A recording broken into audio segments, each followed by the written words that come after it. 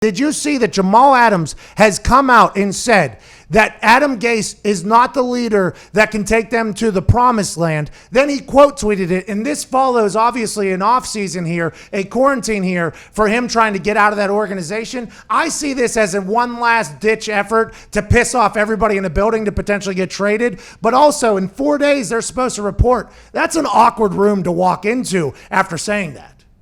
Yeah, I mean, I give Jamal Adams a lot of credit for being able to not only to step out there and make these comments, whether you agree or you disagree with him doing it. I always am in favor of athletes speaking their mind and not speaking in just complete cliche. So I think this is great that he did this. But you're right, like the balls it takes not only to put that out, but then to know, hey, in 4 days, I got to walk into the facility and I got to see this guy face to face, and I got to see the rest of the coaching staff.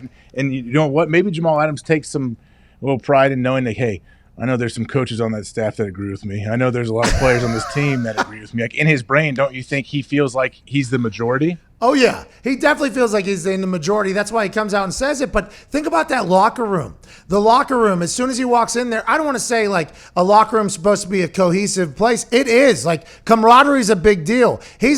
Forget about the team meeting that he's walking into where Gase literally has a platform, a microphone, and a projection screen, and he runs that every single day in training camp for an hour if he wants, whatever he wants to do, and that being very awkward, I would assume that. But in the locker room, the side conversations that are going to happen from those young players. You look at Darnold, you look at Quinnen Williams, those guys are going to be like, hey, man, you think this guy stinks? It's like there's a potential revolt going to happen in there, and that is not good in the NFL because it's already hard enough to win when everybody's on the same page, especially when the Patriots are paying a top 10 quarterback $1 million and the Buffalo Bills are getting hot. That just seems like a place that's a disaster somehow, and I don't know how you win games in that setting. Unless you get rid of the guy, they're going to have to try to trade him, I think. It seems like he's doing everything he can to get out of there, but I figure it looks like he wants out of there so bad, maybe they're going to have to find a way to trade him out. But also, like, what if Adam Gase sits back and after he gets over the initial shock and anger of these statements said about him, what if he's like, you know what, maybe I could be a better coach. Maybe I could kind of stand up in front of the team more often. Like, what if he's like, I don't have to agree with everything Jamal said. I don't have to agree with how he went about it, but maybe there are a few things that I should change that I've been pushing down. You know, everyone, like, I'm sure there's coaches that have a bunch of stuff like I probably should be doing this, but I'm not.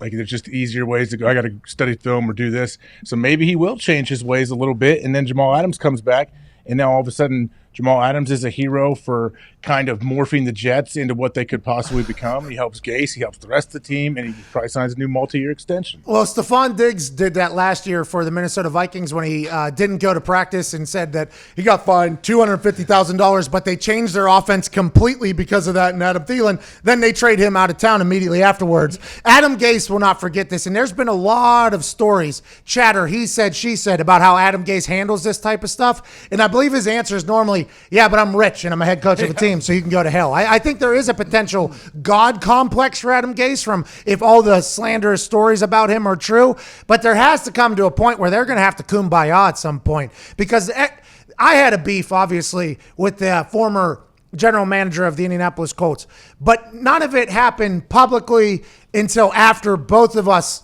were gone. Like, he was out of the building, I was gone.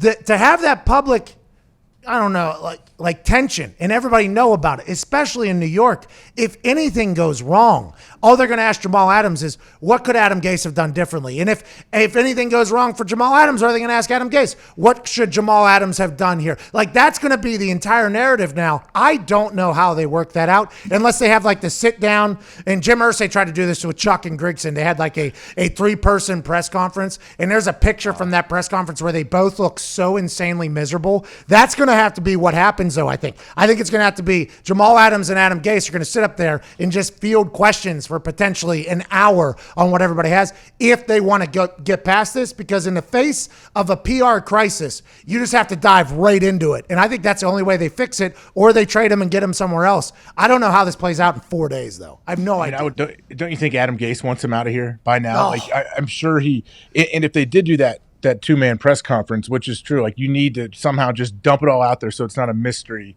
on how you feel about these certain things. But before they would ever have to do that, don't you think they're going to have to sit down behind closed doors together, one-on-one, maybe actually with a third person there to kind of drive it And if they're totally brutally honest with each other and tell each other exactly how they feel, which, hey, you're doing it publicly. Well, I'm sure you can do it privately too, can't you? Gase hasn't really spoke up too much, but I think maybe they could work through some stuff. Who knows?